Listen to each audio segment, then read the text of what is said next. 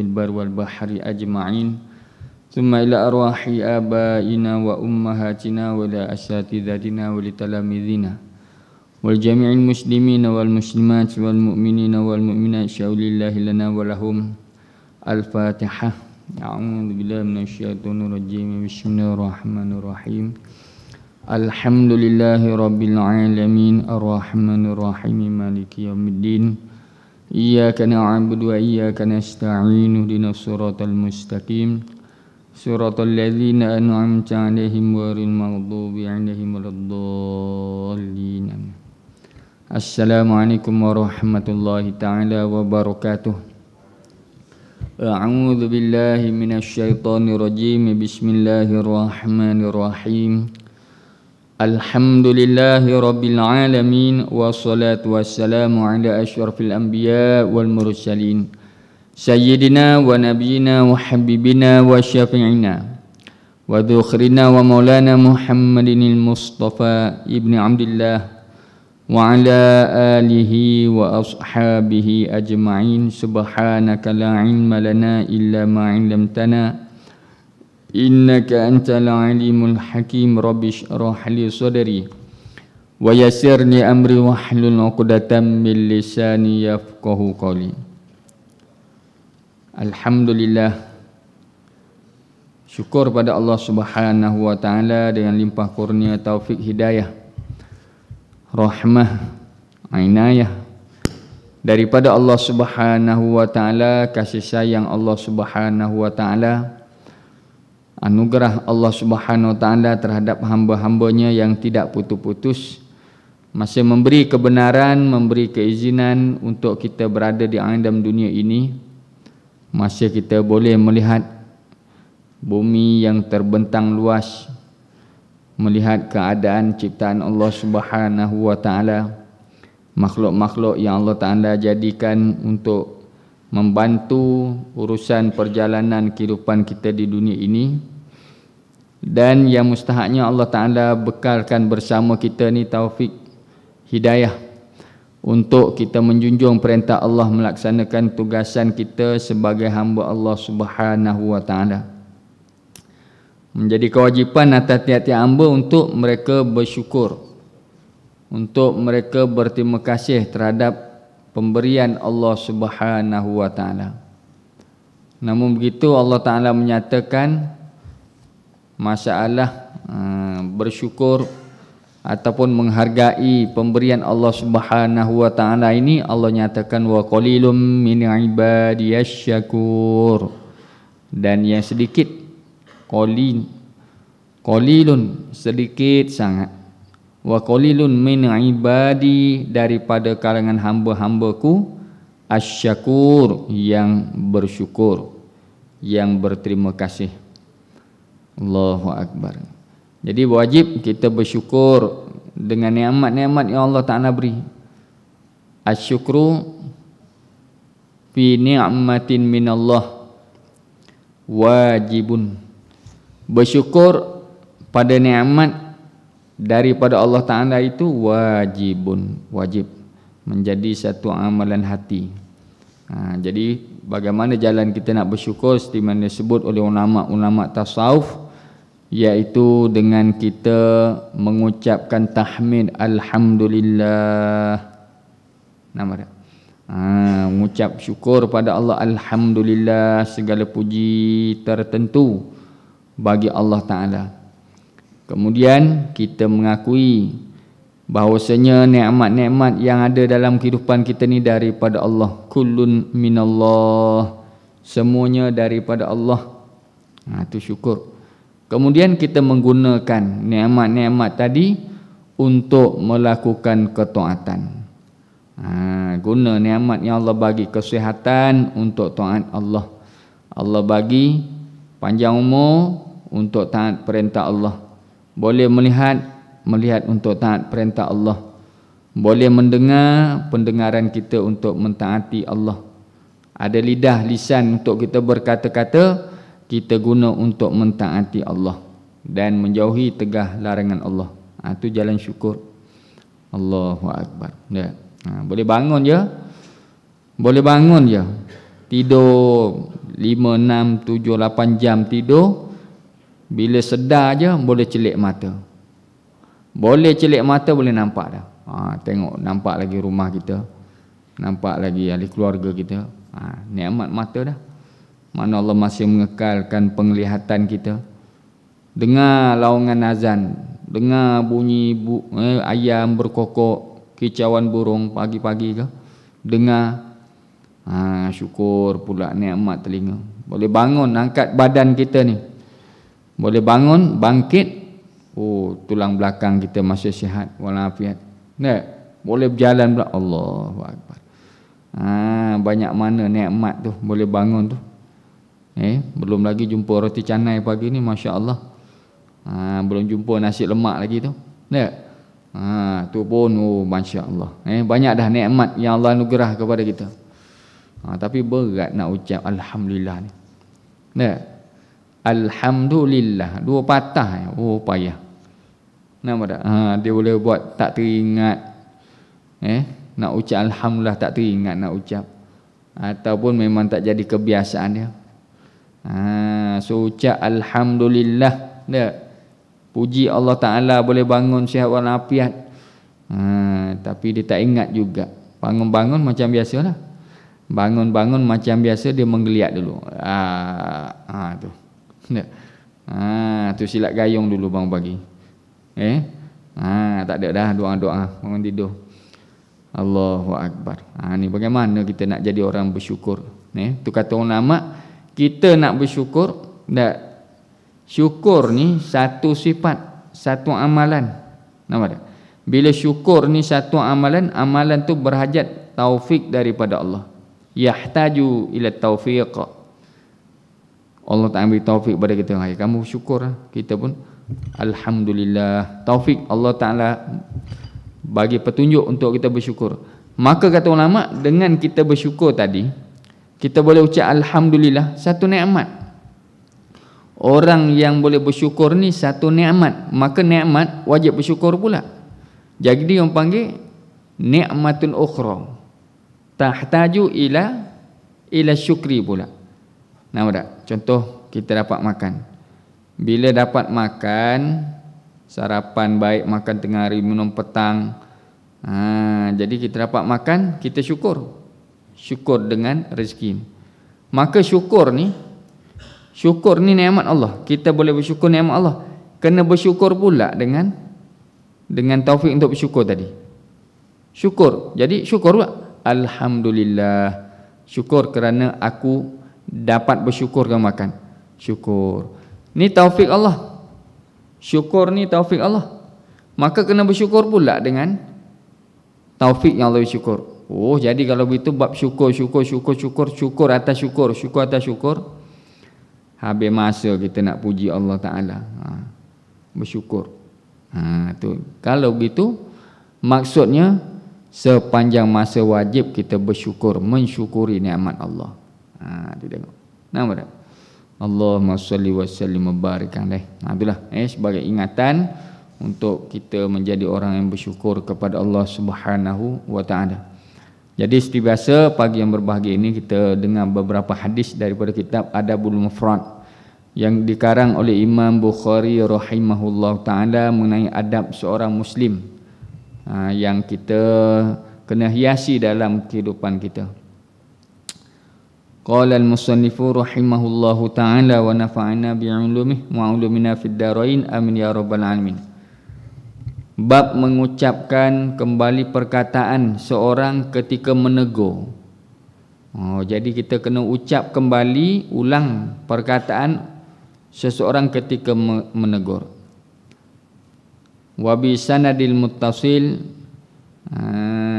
ila al-imami Muhammad bin Ismail rahimahullah ta'ala an Abdullah Abi Bakar. Abdullah bin Abi Bakar menceritakan hadasana, mencerita kepada kami dan Muslim seperti ini, kata dia, keduanya berkata. Al-Aswad bin Syaiban menceritakan kepada Nabi, kepada kami, an Abi Naufal bin Abi Aqrab.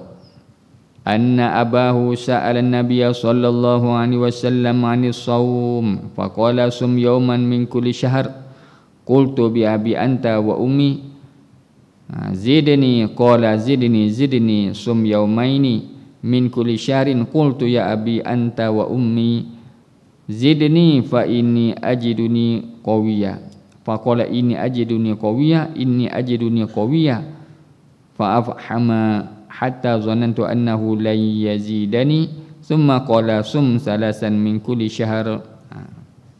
Ni bab puasa ni. Hadis ni berkenaan dengan puasa sunat. Dari Abu Naufal bin Abi Aqrab bahawa ayahnya bertanya kepada Nabi SAW tentang puasa. Beliau menjawab, berpuasalah satu hari setiap bulan. Jadi daripada Naufal bin Abi Aqrab, ayah dia bertanya kepada Nabi. Jadi dia ni di kalangan anak sahabat lah, Naufal bin Abi Aqrab. Aqrab ni asal kala jengking Aqrab. Ada juga nama Aqrab kala jengking. Jadi dia bertanya kepada Nabi SAW tentang berpuasa, berkenaan puasa, amalan puasa lah, ibadah. Beliau menjawab, berpuasalah satu hari setiap bulan. Jadi dia bertanya masalah puasa ni, nak ambil maklumat daripada Nabi bagaimana berkenaan dengan puasa ni. Adapun puasa fardu maklum dah. Puasa fardu sepanjang bulan Ramadan bagi yang mampu wajib puasa tu maklum dah, sebagai satu daripada rukun Islam. Sekarang ni dia nak tanya masalah puasa sunat lah. Ada pula puasa sunat, banyak jenis puasa sunat ni. Jadi jawab Nabi, berpuasalah satu hari setiap bulan. Jadi Nabi bagi tahu, ingatkan dia, kita ada 12 bulan, setahun ada 12 bulan, Isna Asyar syahra, 12 bulan. Maka tiap-tiap bulan yang kamu lalui, kamu berada padanya, kamu ambillah satu hari untuk berpuasa. Puasalah satu hari.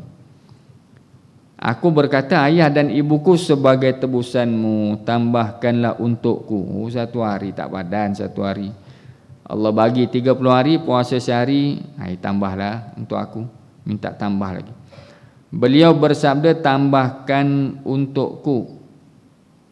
Tambahkan untukku. Nabi seolah-olah terkejut. Kamu nak tambah lagi? Kamu nak tambah? Tak apa kalau kamu nak. Berpuasalah 2 hari setiap bulan, tambah satu hari.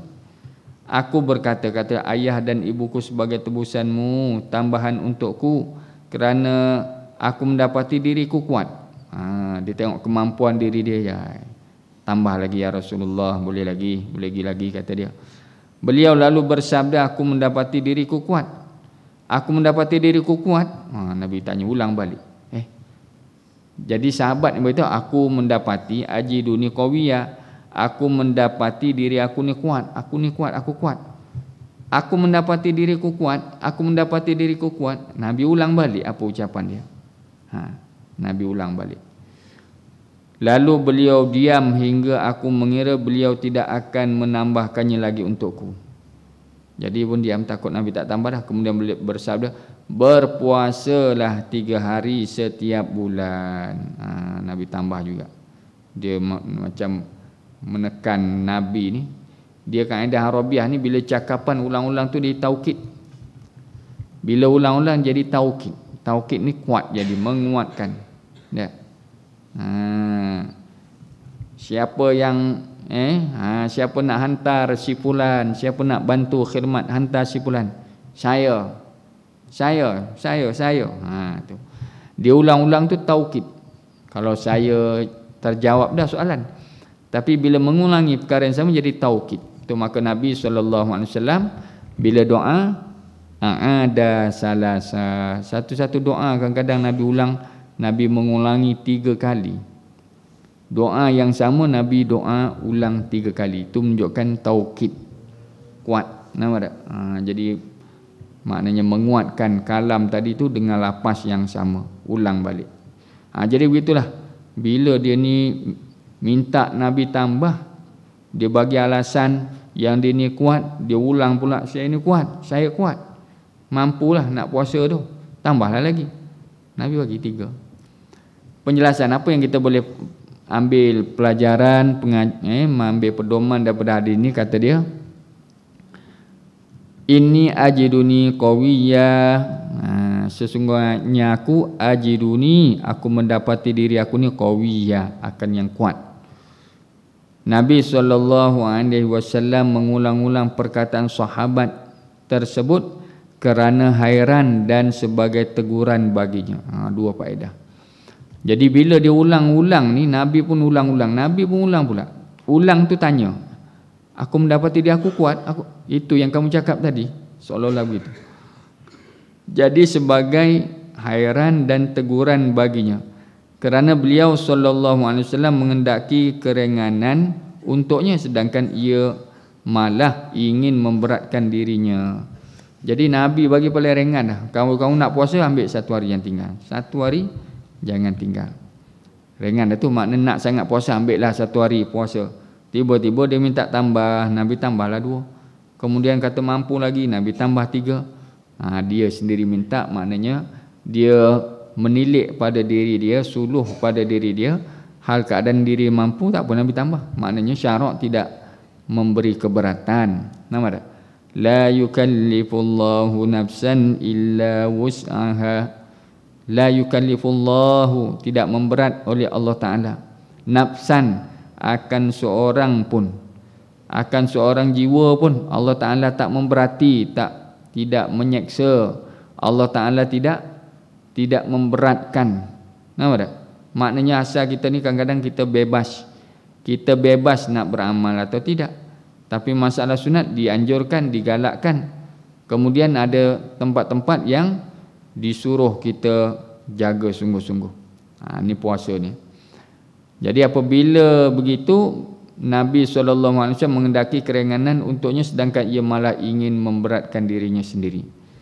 Jadi walhasil apa pengajaran dia, iaitu sunat kita berpuasa 3 hari setiap bulan. Itulah maksimum Nabi bagi pada 3 hari lah. Jadi hari dipanggil hari baid. Hari baid. Jadi puasa ni banyak sangat ni. Puasa banyak sangat. Baru ni kita sambut Ma'al Hijrah. Ma'al Hijrah. Jadi kita labuhkan tirai, takwim 1444, buka jendela baru, buka buku baru 1445. 1445 buku baru itu buku nisbah hijrah, nisbah kalender. Tapi buku amal kita sebenarnya 15 Syaban. Tukar buku, angkat buku. Jadi maknanya semata-mata tukar kalender kita. Tapi disebabkan awal tahun, pertengahan tahun, bila awal tahun maknanya di situ sunat kita berpuasa 1, 2, 3. Kemudian pertengahan kalau bulan, setiap bulan 13, 14, 15 itu dinama hari bayd. Hari bayd, hari putih, cerah. Mana cerah langit kan, bulan penuh. Oh banyaklah puasa ni, tu bulanan lah, maknanya syahriyah. Puasa bulanan 1, 2, 3 ataupun tengah bulan 13, 14, 15 ataupun hujung bulan. Hujung bulan iaitu 18, 19, 28, 29, 30. Masya-Allah. Oh banyak puasa ni. Ni buat sihat tubuh badan ni. Bila puasa banyak, sihat tubuh badan. Tu faedah dia. Tapi kalau nak beramal sunnah Nabi pun, tu molek juga. Jadi nak beramal dengan puasa Nabi Isnin Khamis itu memang dia tak tinggal lah. Tu terbaik lah. Nampak tak? Terbaik dah. Maknanya dah menjadi kebiasaan. Puasa Isnin Khamis dia tak tinggal. Lama dah, bertahun-tahun dah, Masya Allah. Dah jadi satu adat, kebiasaan dia. Walhasilnya biar ada lah. Kehidupan kita jangan hanya simpan yang fardu saja, tak padan kita nak buat amal fardu saja. Bila kita buat yang fardu saja, sah jadi orang Islam. Tapi nak jadi orang soleh ni kena naik lagi lah. Nampak tak? Nak jadi orang soleh ni kena naik lagi, banyak buat yang sunat Isnin. Biarlah makanan ada semua kita ni. Tak? Nak puasa macam mana makanan ada sentiasa ni? Dapur ada semua makanan, peti penuh dengan makanan, duit pun banyak. Rugi tak makan ni? Kalau nak kira rugi sampai bila kita tak amal. Tak? Kalau kira rugi bulan puasa pun penuh makanan. Tak? Tak boleh nak puasa kita.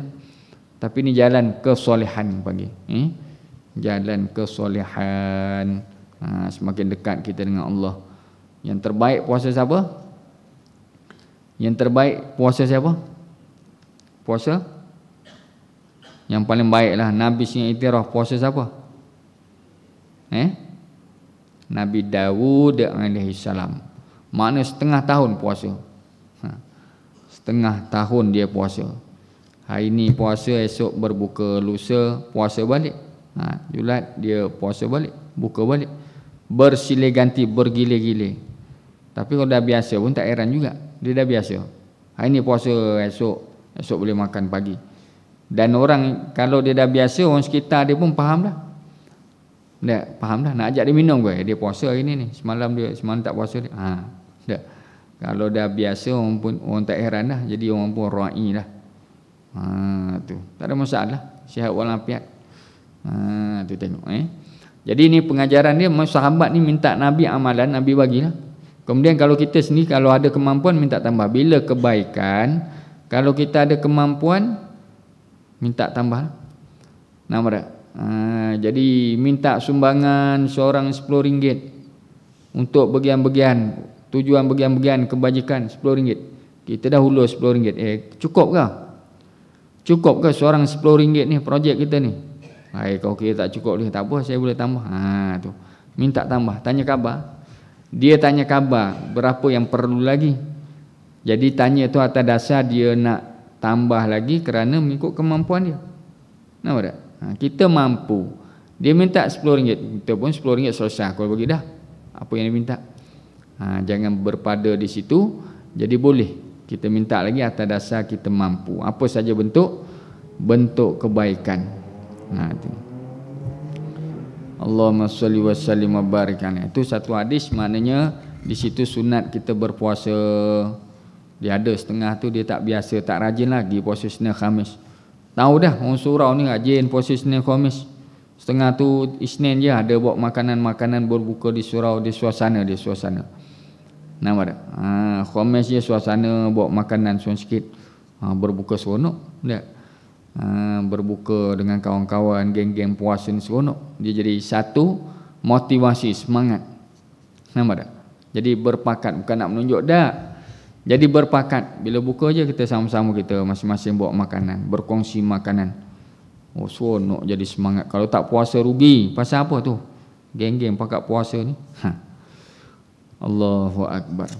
Tu dia, termasuklah bawah ni. Dah kita hujung tahun, awal tahun tu. Tu yang mana puasa alhamdulillah lah. Awal tahun 1 hari bulan Muharram. Tu yang dah puasa alhamdulillah, kerana kita meraihkan kalender baru. Maknanya sunat 1, 2, 3 tu sebenarnya. Allahumma salli wa sallim wa barik alaihi. Wa bihi annahu qala. An Anas bin Malik qala kana Nabi sallallahu alaihi wasallam fi suq. Faqala rajulun ya Abul Qasim, faltafata ilaihi Nabi sallallahu alaihi wasallam faqala ya Rasulullah innama da'utu hadha. Faqala Nabi sallallahu alaihi wasallam sammu bismi wala takannau bikunyati. Masalah gelar nama ni. Dari Anas bin Malik, ia berkata Nabi SAW pernah berada di pasar. Tak ada masalah. Pasar ni kalau kira ni tempat yang kurang elok, tak? Beberapa perkataan tu maka Nabi sini bagi tahu khairul biqa', tak, sebaik-baik tempat potongan bumi ni apa dia? Khairul biqa' masajiduha, syarul biqa' aswaquha. Tempat yang paling buruk. Tak.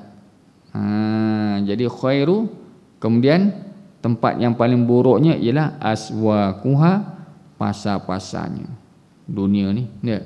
Pasar-pasar lah, apa jenis pasar, jenis berniaga berjual ni, kalau kiranya tempat kurang elok, tu maka Nabi kalau berada masjid, lambat balik. Tak? Tahulah dia balik bila kalau duduk masjid kat, buat ibadat. Tapi kalau pasar sebentar, kejap balik lah tu. Kerana Nabi tak suka duduk lama-lama pasar ni. Pasar apa? Kerana tempat lalai lah. Ghalib ni menjadi tempat kelalaian. Bila pasar ni payah nak berzikir kepada Allah. Duk wirid apa di pasar tu? Skelo 10, skelo 10 wirid zikir. Tak? Sebako 50, sebako 50. Lelong. Tak ada kalimat Allah, tak ada bunyi. Jadi mana suasana jual menjual. Kelalaian. Jadi tu maka Nabi tak apa suka. Tapi Nabi sini berniaga. Nabi sini duduk pasar setengah tu. Sahabat-sahabat Nabi duduk pasar. Tapi kata ulama, mereka berada di pasar pun tidak melalaikan. Malah mereka berada di pasar seperti mana mereka berada di masjid. Tengok. Di pasar boleh baca Quran. Di pasar boleh selawat Nabi banyak-banyak. Di pasar boleh berzikir, tasbih. Jadi apa masalah? Lebih baik kan? Jadi peluang berada di pasar tu peluang untuk berzikir. Ni kita duduk masjid, duduk surau jadi lalai pula. Duduk masjid tapi lalai sembang, berbuat kosong, buat perkara lalai, na'udzubillah min zalik. Tu jadi tempat, jadi sepatut tempat yang kita boleh meraih, memperoleh pahala rahmat yang mencurah-curah, tiba-tiba tambah jauh dengan Allah. Sebaliknya orang yang berada di tempat lalai sepatutnya dia jauh daripada Tuhan, tapi rupanya dia ambil kesempatan di situ untuk berzikir, semakin dekat dengan Tuhan. Jadi tak ada isu lah masalah tempat. Kan? Kita tak kira duduk mana pun, kita berzikir. Itu sebaik-baiknya. Jadi Anas bin Malik ia berkata Nabi SAW pernah berada di pasar. Tak apa pergi pasar elok, kita pun ada keperluan nak membeli. Lalu seorang berkata, wahai Abul Qasim. Maka Nabi SAW menoleh kepadanya. Jadi orang panggil Nabi.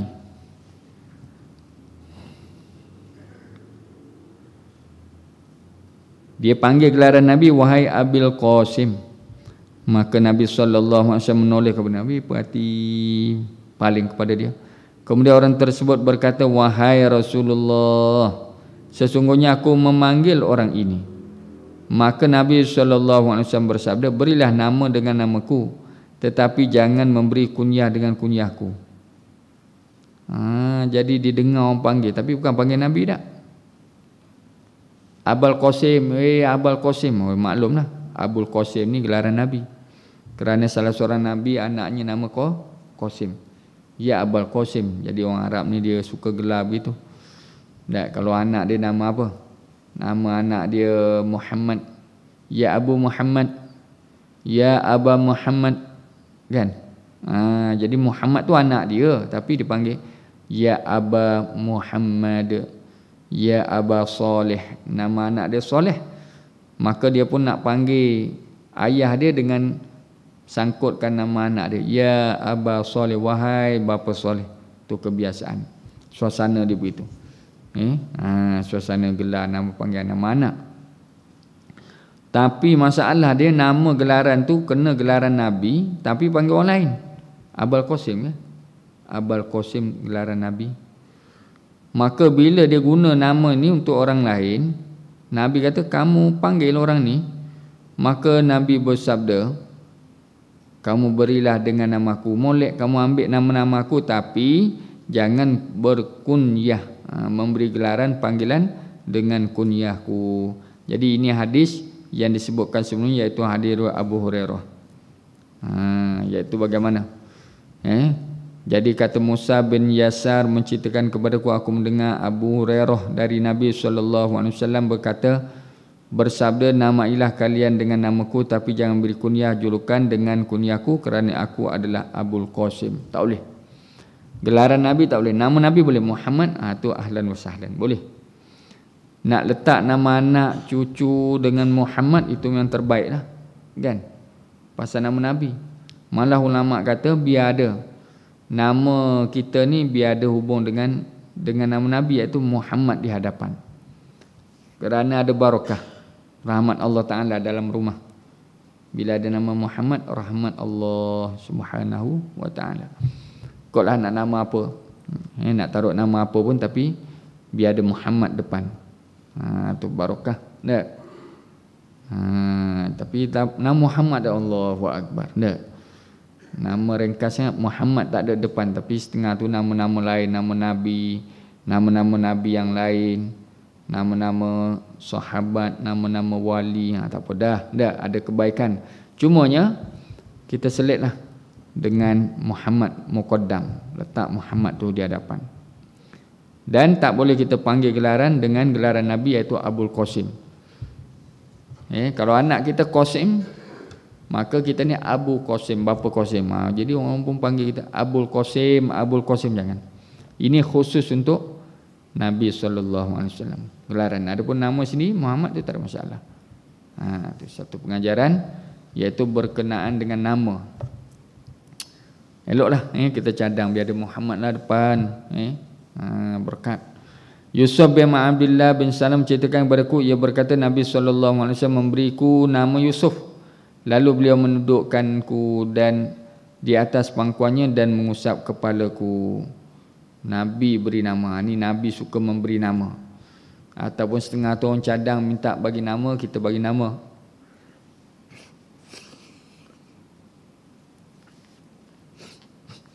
Ataupun Nabi SAW memberi nama.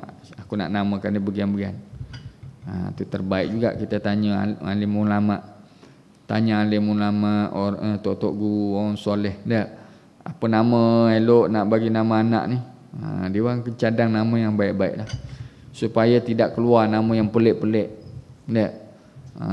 Nama yang pelik-pelik sekarang ni macam-macam nama. Tak? Nama ikut dan dia nama. Ikut suasana. Tak? Ikut suasana, jadi macam minyak atar jadi. Macam minyak atar. Minyak atar ni nama macam-macam, pelik-pelik. Nama-nama baru, kan? Ada nama artis pun dia taruh lagi. Tak? Minyak atar. Mawi, tak Mawi, ada minyak atar nama Mawi. Nama tak? Dia ikut trend badan. Bau tu bau tu ialah bau tu ialah campuran. Campurlah. Bau ni campur ni satu bau yang baru. Maknanya dengan campuran boleh keluarkan satu bau yang baru, maka taruh nama yang baru, nama artis. Tak? Tu tengok kod dan lah. Tak ada masalah tu. Tapi nama orang ni biar nama yang terbaik, kerana Nabi perintah supaya kamu perbaikkan. Adibu auladakum, kamu adabkan anak kamu. Wa ahsinu, asma'ahum, kamu elokkan nama-nama mereka. Tasmiah, menamakan dengan nama elok. Allahu Akbar. Ni nama pelik-pelik. Nama pelik-pelik sampai nak terjemah pun tak ada. Dah siap nama. Hello Ustaz, Assalamualaikum Ustaz. WhatsApp Ustaz. Ustaz nak tanya ni, nama anak ni apa nama? Apa nama anak ni, apa makna dia? Cari cek kamu. Ini bukan kalimah Arab dah, ni nak terjemah tak boleh. Tak? Nama bukan nama Arab, macam mana nak terjemah? Dah siap bagi nama, dah ada sigi apa semua, baru nak minta terjem saja. Tu. Allahu Akbar. Nah, tu sampai tahap campur nama. Campur nama, cari buku tak jumpa-jumpa nama, nak cadang apa pun tak ada dah. Tak masuk, tak terintah hati dah. Akhir sekali, nama tak? Campur-campur nama pun ada. Campur nama mak ayah ada juga berlaku begitu. Tak? Seronok kan? Kadang-kadang nama kedai, campur nama suami, nama isteri. Ambil. Jadi gabungkan nama tu buat satu nama untuk nama kedai. Bagus, elok. Jadi satu hati. Kan? Satu hati. Allahu Akbar. Ini tak ada nama, tak ada fikir. Abang, nama kita gabunglah bagi kuat sikit hubungan kita ni. Nama anak. Lepas tu keluar apa? Nama maknya Maznah. Nama mak Maznah. Nama ayahnya Daud. Kita ambil pangkal nama kita lah. Abang punya nama dengan nama saya kita gabung. Maznah jumpa Daud, kita ambil pangkal lah. Sayanya pangkal Maz, abangnya Da, jadi Mazda. Mazda, sedap Mazda. Nama Mazda mana gabungan campuran nama mak dan ayah. Oh, jadi satu hati, satu jiwa. Nama kereta pun keluar. Lepas tu nak cek makna tu kereta tu Mazda tu putih. Allahu Akbar. Jadi walhasilnya nama yang terbaik kita bagi, yang ada makna yang elok. Kemudian ada sebahagian nama-nama yang tegah, nama yang kurang elok, nama tu boleh tukar. Nabi tukar banyak nama, sahabat Nabi tukar kerana nama yang tak elok. Tu dia. Malah ada nama yang haram, Abdul Ka'bah, tu nama kita haram. Hamba Ka'bah tu tak boleh. Tak boleh. Kerana nama tu menunjukkan bawa kepada kesyirikan, tak boleh. Allahumma salli wa sallim wa barik alaihi. Mengetuk pintu, tengok satu tajuk. Malik bin Ismail menceritakan kepada kami, ia berkata, Al-Muttalib bin Ziyad menceritakan kepada kami, ia berkata, Abu Bakar bin Abdullah Al-Ashbahani menceritakan kepada kami dari Muhammad bin Malik bin Muntasir an Anas bin Malik, inna abwaban nabiyya sallallahu alaihi wasallam kana tuqra'u bil azafir. Dari Anas bin Malik, ia berkata, pintu-pintu Rasulullah sallallahu alaihi wasallam diketuk dengan kuku hujung jemari. Jadi tuqra' bil azafir. Jadi pintu-pintu Nabi ni, pintu-pintu rumah Nabi sallallahu alaihi wasallam diketuk dengan hujung jemari. Maknanya adab mengetuk pintu ni. Adabul mufrad ni, kitab adab saja ni. Jadi larangan, kandungan hadis ni apa pengajaran dia? Larangan mengagetkan tuan rumah dengan kutukan keras, dengan ketukan keras dan suara tinggi. Itu adab. Bila kita mengetuk pintu, jangan ketuk dengan kuat dan jangan meninggikan suara menjerit pada memanggil tuan rumah tadi. Dengan tetap menjaga suara yang dapat didengar dari dalam rumah. Jika tuan rumah jauh dari pintu dan sekiranya tidak mendengar suara ketukan, duk dapur tu, ataupun rumah dengan pintu tebal, bilik banyak, jadi kita kata kalau ketuk tak dengar, maka dibolehkan mengetuk pintu agak keras supaya tuan rumah dapat mendengar. Itu kaedah. Ketuk pintu, tapi kalaulah suasana rumah kecil, tuan rumah pun ada di hadapan, kalau kita tak keras suara, tak angkat suara, tak ketuk kuat pun dia dengar. Jadi cukup dengan slow lah. Maka di sini diajar dengan hujung jari. Hujung jari. Tak. Hujung jari. Supaya apa? Hujung jari ni jadi ketukan tu dia ringan sikit. Ketukan tu jadi perlahan lah. Hujung jari. Itu adab dia. Tapi kalau biasa kita buat ni, tak. Biasa jari tengah ni duku ni. Tak. Tu dia keras sikit. Tapi kalau tak keluar juga, macam mana? Dia pergi ni. Pak. Tak. Tu pakai nak paksa keluar tu. Tak keluar juga. Gogam. Tak. Tapi budak-budak setengah tu, budak-budak kecil pun tak buka juga, dia terajang macam tu. Sepak pintu tu. Pak, cepat sikit. Allahu Akbar, budak-budak.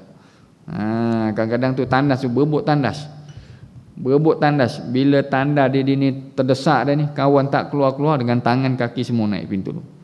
Popak. Tu Allahu Akbar. Jadi adabnya jangan sampai terganggu orang di dalam tu. Hujung jari. Tak. Assalamualaikum. Tak. Tapi dah tanda jangan beri salam. Ni tak kira tempat. Dia nak buang air qada hajat, kawan tu tak kena Assalamualaikum cepat sikit. Assalamualaikum. Bagi salam dalam jamban. Dia tak sedar, tak teringat kadang. Budak-budak kan, dia seronok menyanyi. Dia seronok menyanyi dalam tandas pun, Maulaya sholli wa sallim daiman abada. Ikut seronok dilayan. Dia seronok menyanyi tu, ambil botol shampoo tu, pakai mikrofon tu. Allahu Akbar. Tak ingat tu dalam tempat kerja nak sebut nama Allah, tak boleh. Tu. Jadi maknanya adab kita ni Bila kita nak mengetuk pintu, maknanya umumnya adab Islam dijaga sungguh. Kan? Al-adabu fawqal ilmi ni, adab ni mengatasi ilmu. Mana-mana pun dia ada adab, tata susila dia. Nak makan ada adab. Kan? Kita nak berjalan ada adab, nak memakai pakaian ada adab. Jadi semua urusan-urusan kita ni ada adab sunnah dia. Itu yang perlu kita pelajari. Kita amal bertertib, masya-Allah. Tertib tak? Amalan kehidupan kita ni, Allahu akbar. Tak adalah ikut cara nafsu kita, cara orang kafir, tidak. Jadi utama tambah-tambah rumah kawan kita, rumah orang lain kena jaga. Kadang-kadang dengan ketukan kita tu menyakiti. Dia ketuk ni kalau sekali sederhana, ringan. Pertama kita sangka dia ada dalam rumah, tengok ada kasut. Tak. Assalamualaikum. Bila tidak jawab, kita kuat sikit. Boleh kuat sikit. Ketuk kuat sikit. Assalamualaikum. Itu. Kuat sikit. Tapi bila tak dengar, tapi berasa bunyi ada orang dalam, kuat lagi. Assalamualaikum. Itu semakin tinggi-tinggi. Tak sampai kira-kira dia dengar. Tapi tak, orang alim bagi tahu adab kita bagi salam ni jangan sampai mengganggu. Kadang-kadang dia uzur. Tak patut kalau dia bangun pun dia tak boleh nak layan. Sakit kepala, dia tidur ni, tak cukup tidur. Kita pun urusan tak terdesak mana. Kita bagi salam kira-kira nak suruh dia bangun, layan kita, hajat kita ke apa ke. Jadi mengganggu dia. Tu dia kata, sekira-kira salam kita ni dobet dia, orang yang sedar boleh dengar. Orang yang sedar boleh dengar, itu kita punya perlahan. Perlahan kita kira-kira yang sedar dengar. Dan jangan kuat. Jangan terlampau kuat, kira-kira orang yang tidur terjaga. Jangan ganggu. Sebaik-baiknya jangan ganggu. Itu maka malam-malam kalau balik sunnahnya, jangan terus sampai ke rumah. Pukul 2-3 pagi musafir, 3-4 pagi dalam perjalanan. Ulama kata elok kita jangan sampai tengah-tengah malam macam tu, kerana mengganggu, kerana menyusahkan tuan rumah. Pasal apa dia kena menunggu-nunggu, menanti nak tidur, tak boleh tidur kan sampai, dia pun terjaga, dia penat. Jadi seelok-eloknya pagi-pagi lepas subuh lah kita pergi, maknanya singgah di masjid ke mana-mana. Dia ajar begitu, elok-elok singgah masjid, pagi esok cerah sikit baru kita pergi rumah. Dia pun bersedia menyambut kita. Tapi kalau 3 pagi, kalau dah biasa tak apa dah. Dia pun tak apalah, pukul berapa kamu sampai marilah, tak ada masalah. Kami sedia dah bilik tidur ni apa semua ni. Itu sama-sama kita. Jadi tapi pada asalnya kurang bagus. Kurang bagus kita balik tengah-tengah malam, sehingga menyebabkan alasannya ulama kata tuan rumah jadi payah, kesukaran menanti-nanti. Tak boleh kamu tidurlah, apa-apa subuh lah saya singgah mana-mana sembahyang dulu. Itu kaedah. Maknanya agama nak mengelakkan kita supaya jangan kita menyakiti hati saudara. Itu keadaan dia. Allahu akbar. Ini pukul 3 pagi dia angkat orang. 3 pagi dia angkut. Pergi serang pukul 3 pagi pergi angkut, bawa pergi lokap pun ada juga. Boleh siang hari, tak ada masalah. Nak tidur letih lagi, Allahu akbar. Sebab penjenayah besar pukul 3 pagi. Ni tengok macam mana ni. Tu dah masalah kerajaan tu. Masalah kerajaan. Benda boleh runding, boleh cerita mudah. Buat apa pukul 3 pagi duk angkut. Jadi syarak ajar jangan sampai menyusahkan orang, menyakiti orang. Jaga dia. Kebajikan dia.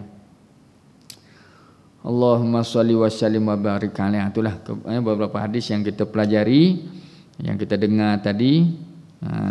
Pertama tadi apa? Berkenaan apa? Yang pertama tadi berkenaan apa?